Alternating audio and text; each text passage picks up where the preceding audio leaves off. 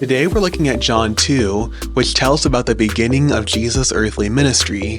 We'll see the stories of Jesus turning the water into wine, him flipping the tables in the temple, and his prediction of his own death and resurrection. And at the end, I'll give you 5 practical takeaways that you can start applying to your life today.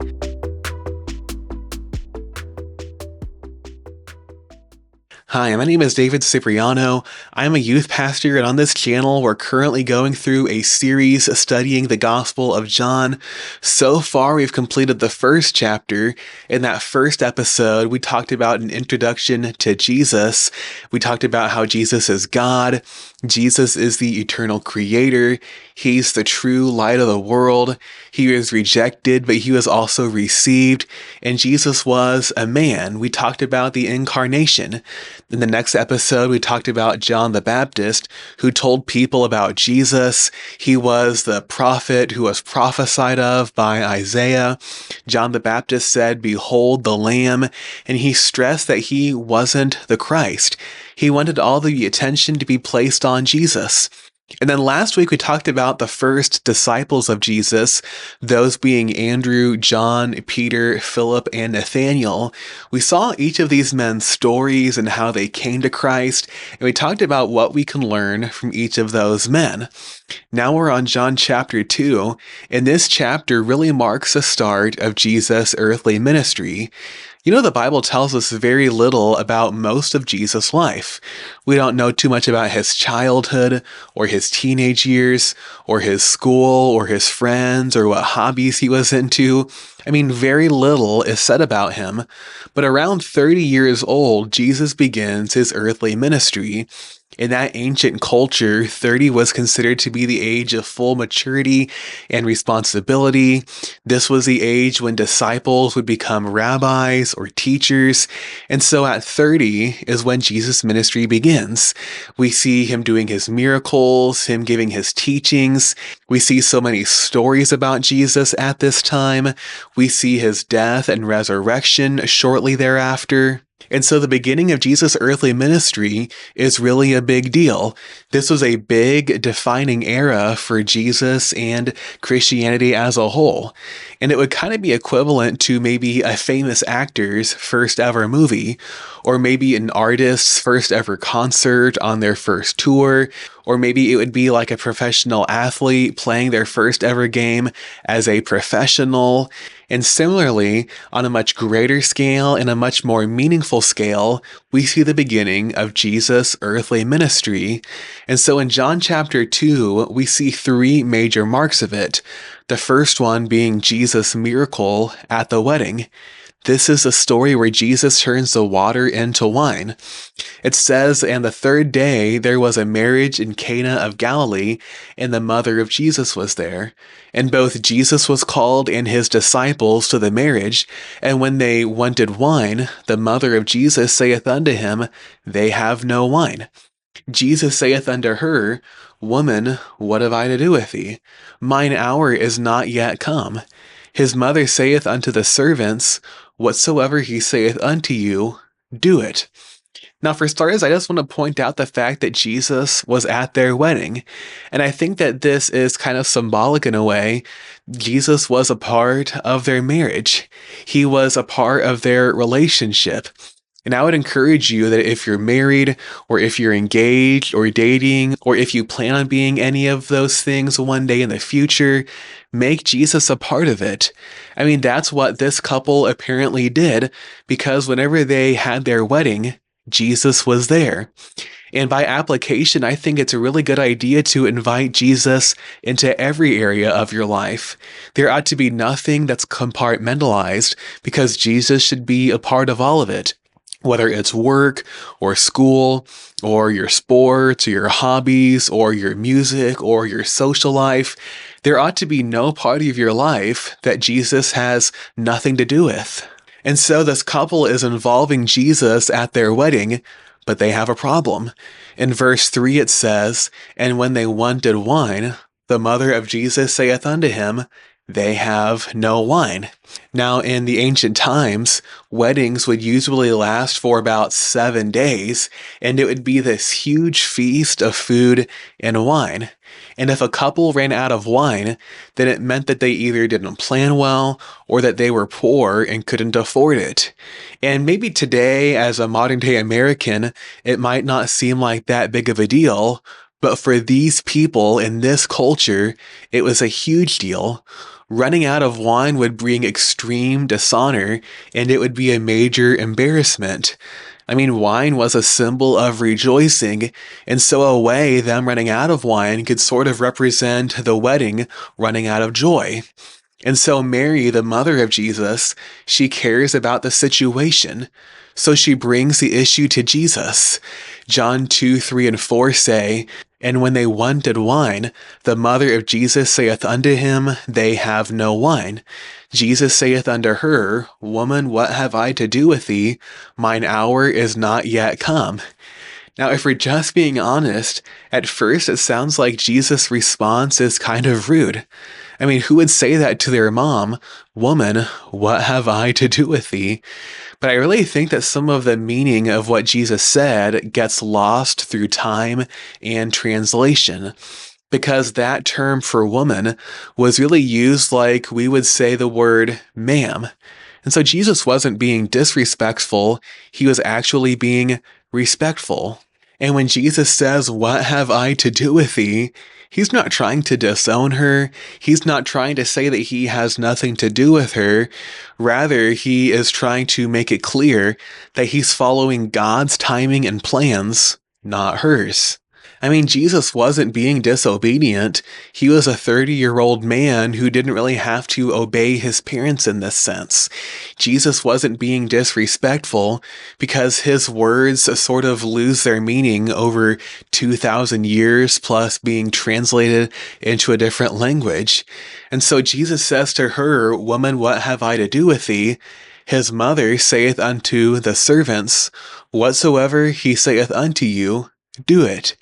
And I just love what Mary says here, and I think that Mary sets a good example for us, because Mary instructs the servants to do whatever Jesus told them to do.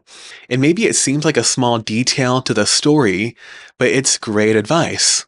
Whatever Jesus tells you to do, then do it.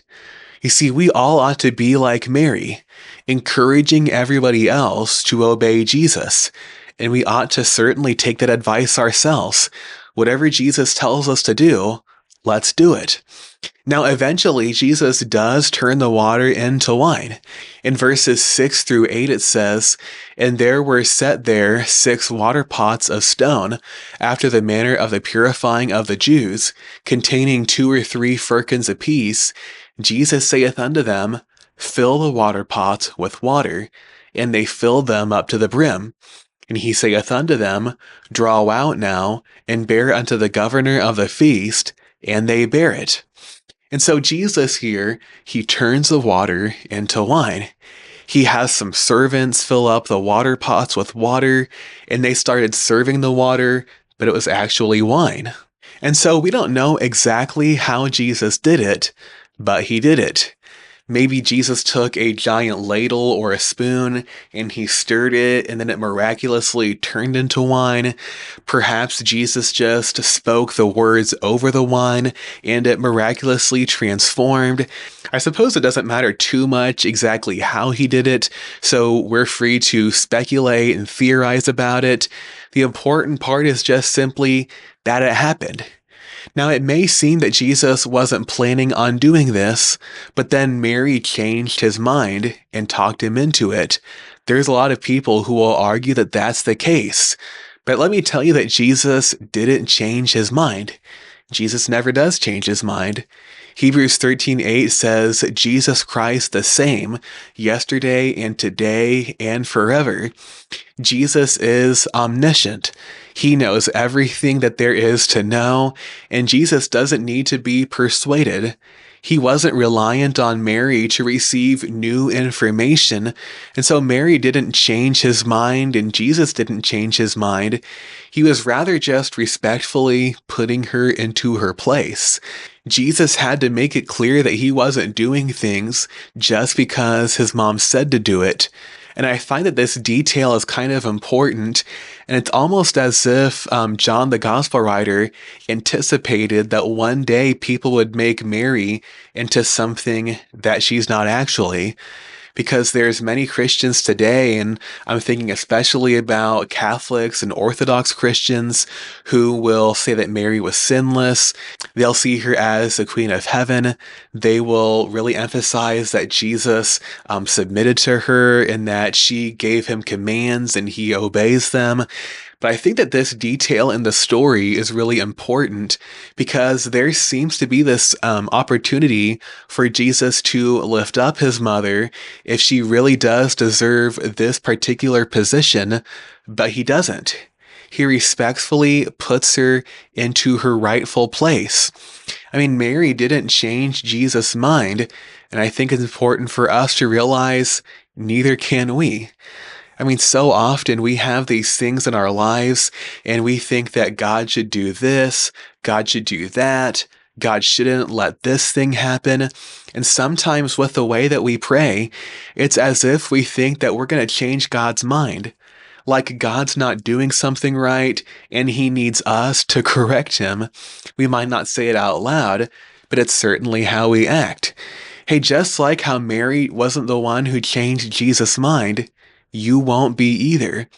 And so whenever Jesus said to her, "Woman, what have I to do with thee? Mine hour is not come," he was making it clear that he wasn't just doing things because his mom said to. And we'll see that not only was it miraculous that he turned it into wine at all, but it was the best wine. It says, when the ruler of the feast had tasted the water that was made wine, and knew not whence it was, but the servants which drew the water knew, the governor of the feast called the bridegroom, and saith unto him, Every man at the beginning doth set forth good wine, and when men have well drunk, then that which is worse, but thou hast kept the good wine until now. And so in a typical wedding feast, you would put out the best wine, and then you'd slowly work your way down to the worst wine. But in this case, the wine that Jesus makes, which is served later by the time that they've run out of wine, it's the best wine. And so turning the water into wine was Jesus' first miracle of his earthly ministry. Now, he had done some miracles before. For example, there was creation. Jesus created the earth. There was also the virgin birth, which was certainly a miracle. But this is really the first in this new era. Verse 11 says, This beginning of miracles did Jesus in Cana of Galilee. And I really think that the miracle of turning the water into wine is a picture of the transforming power of Jesus Christ. Because Jesus took something ordinary, water, and he turned it into something more, which was the best wine. And this story is really a reminder of how Jesus transforms us. If we look at Ephesians 2, the Bible is describing who we were before we met Jesus. It describes our lost condition before salvation. It describes us as being the children of disobedience. We are described as the children of wrath. We were separated from God. We were lost in our trespasses and sins. But Jesus does a transforming work in us at the moment of salvation.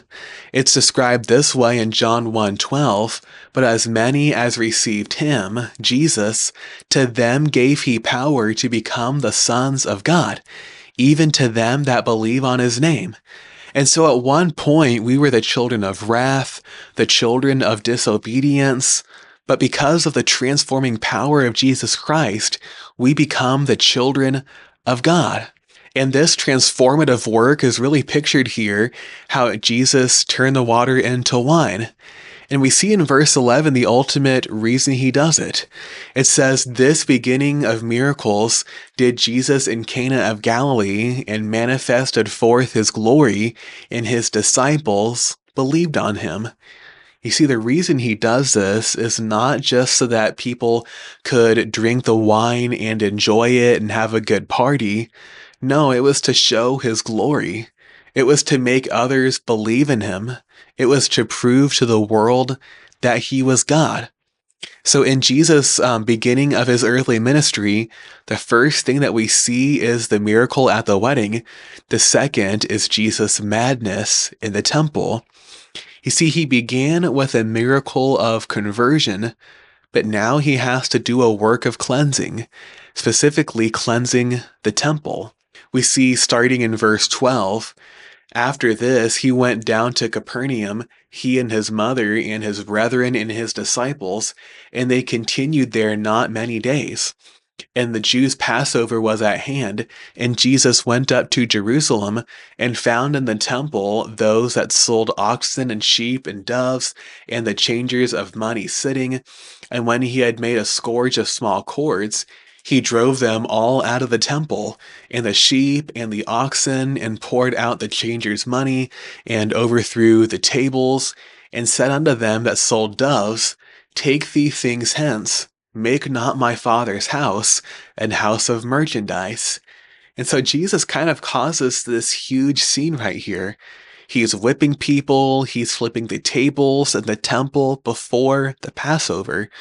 I mean, think about today if a person, maybe they went to a mall during Christmas time, they start rioting and protesting, they knock over a Christmas tree right before Christmas. That's kind of the equivalent to what Jesus is doing right here. He is making a huge scene because he's angry. And why was he angry? It was because people turned his Father's house into an house of merchandise. They had turned the temple into a for-profit business, and they were really oppressing the poor and the foreigners. You see, there's a lesson here that the house of God should be about God's glory, not man's gain. And sadly, there are many ways that many people will try to use the church for their own personal gain. Some people see the church as a platform for their own personal following. People use the church to get attention. Some people are in the ministry for the money.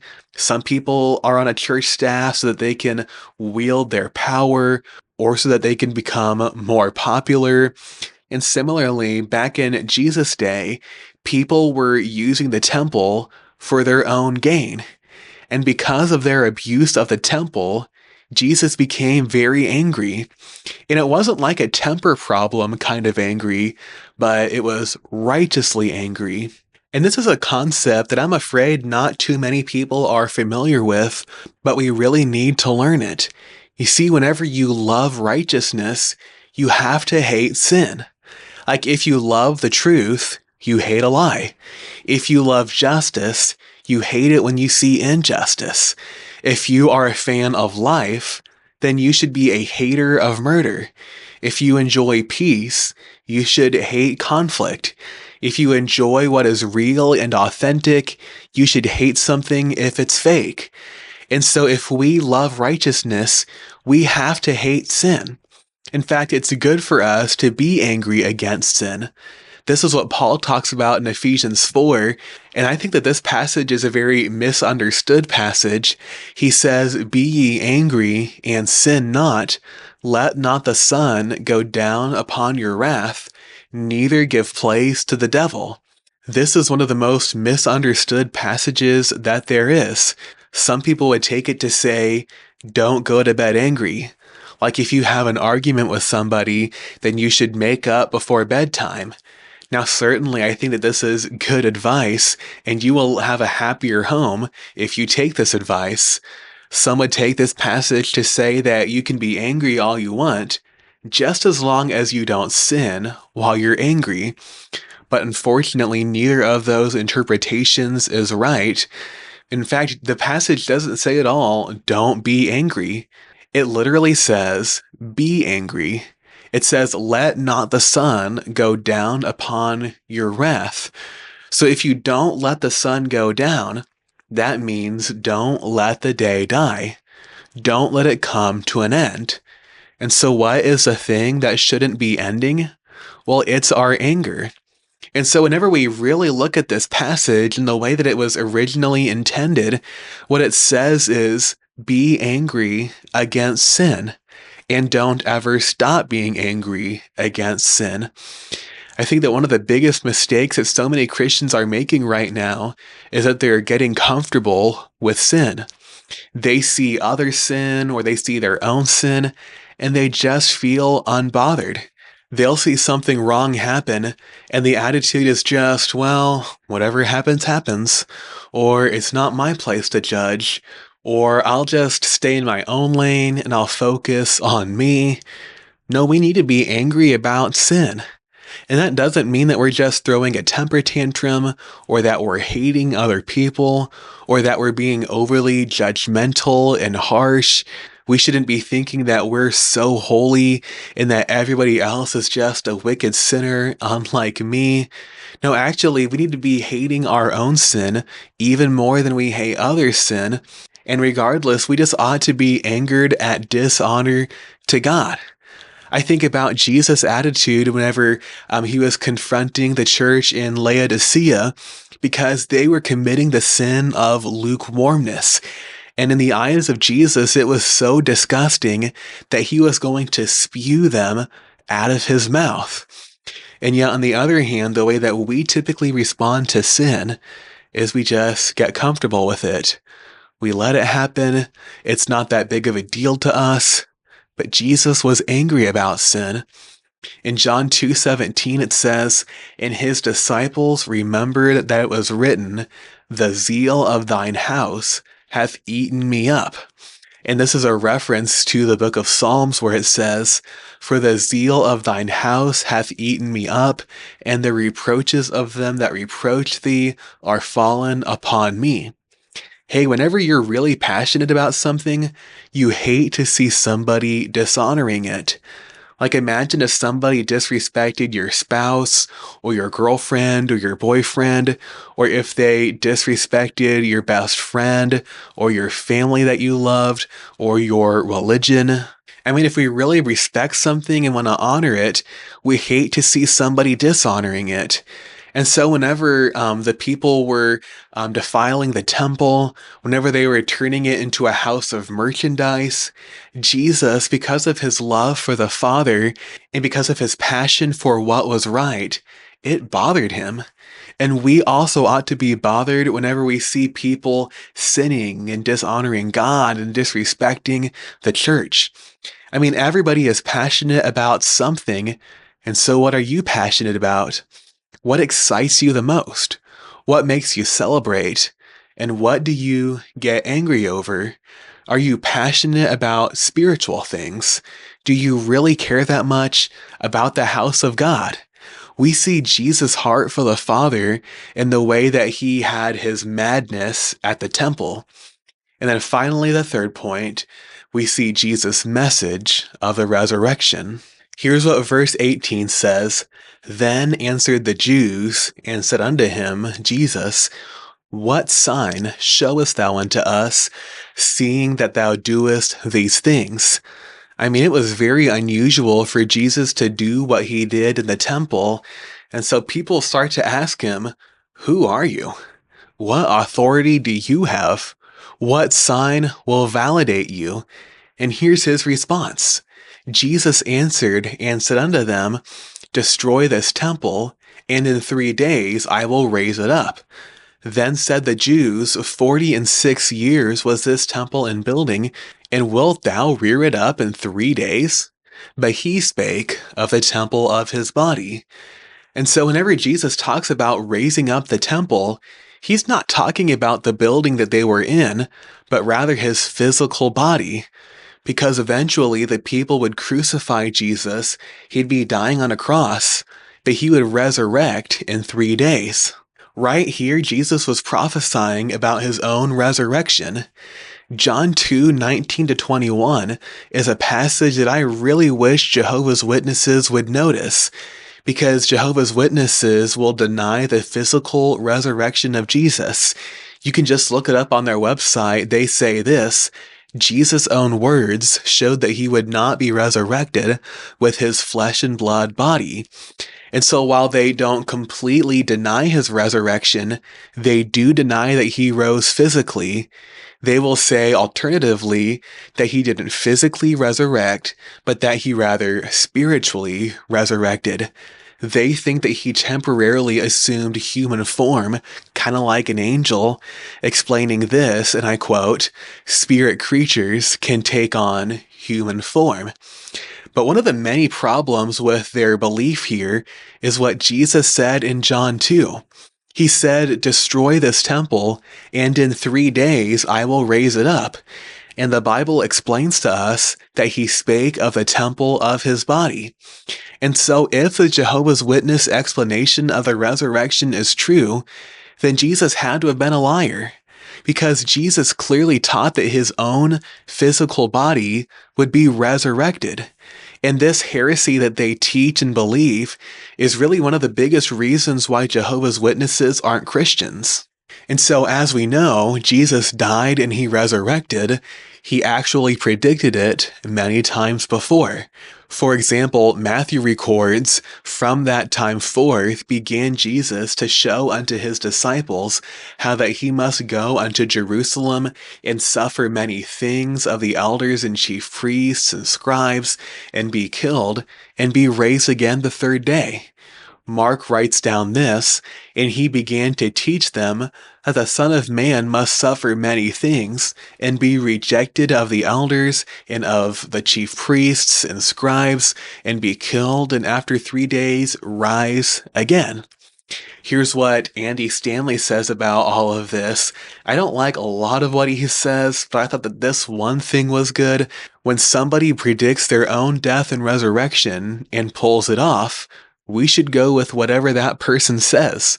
And so the fact that Jesus predicted his death and his resurrection ought to be proof to us that he's God. He really was who he said he was. And so in verse 22, this is giving a commentary after everything had happened. "When therefore he was risen from the dead, his disciples remembered that he had said this unto them, and they believed the scripture and the word which Jesus had said." You see, the disciples doubted the resurrection at first, but whenever Jesus proved himself, their faith grew. And we should have the same pattern. When Jesus proves himself in our lives, we ought to believe more. For example, if God has provided for you financially, you ought to give him the credit. If God has led you to the right job, your faith in him ought to grow for the next time. If God has blessed you with good health, God should get the glory for that. Whenever God provides the clear direction, whenever God gives you safety, whatever God does for you, every time that he does something for us, we ought to believe in him more. And here's how John chapter 2 ends. "Now when he was in Jerusalem at the Passover in the feast day, many believed in his name when they saw the miracles which he did. But Jesus did not commit himself unto them, because he knew all men, and needed not that any should testify of man, for he knew what was in man." And so many people believed in Jesus because they saw the miracles, but apparently it must have been a shallow belief, because Jesus knew their hearts. And so I think we should all ask ourselves the question, do you have a shallow faith or a deeply grounded faith? It kind of reminds me of the parable of the soils and how Jesus was comparing the different types of soil and their response to the seed. There were some that were grounded, some were among the thorny ground, some were in shallow ground, some were scattered on the wayside. And each of these different types of soil represents a different type of person. Some of us will be shallow, but some of us will be firmly planted. Some of us will be grounded, And so, which type of person am I going to be? Will I truly believe the words of Jesus? Am I going to follow him? Am I going to do whatever he says, like Mary encouraged people? Or am I going to have a shallow faith? Am I going to run away from God as soon as a trial comes? Am I going to just ignore hard questions about my beliefs because I haven't bothered to answer them, or I'm just afraid that I'll get the wrong answer?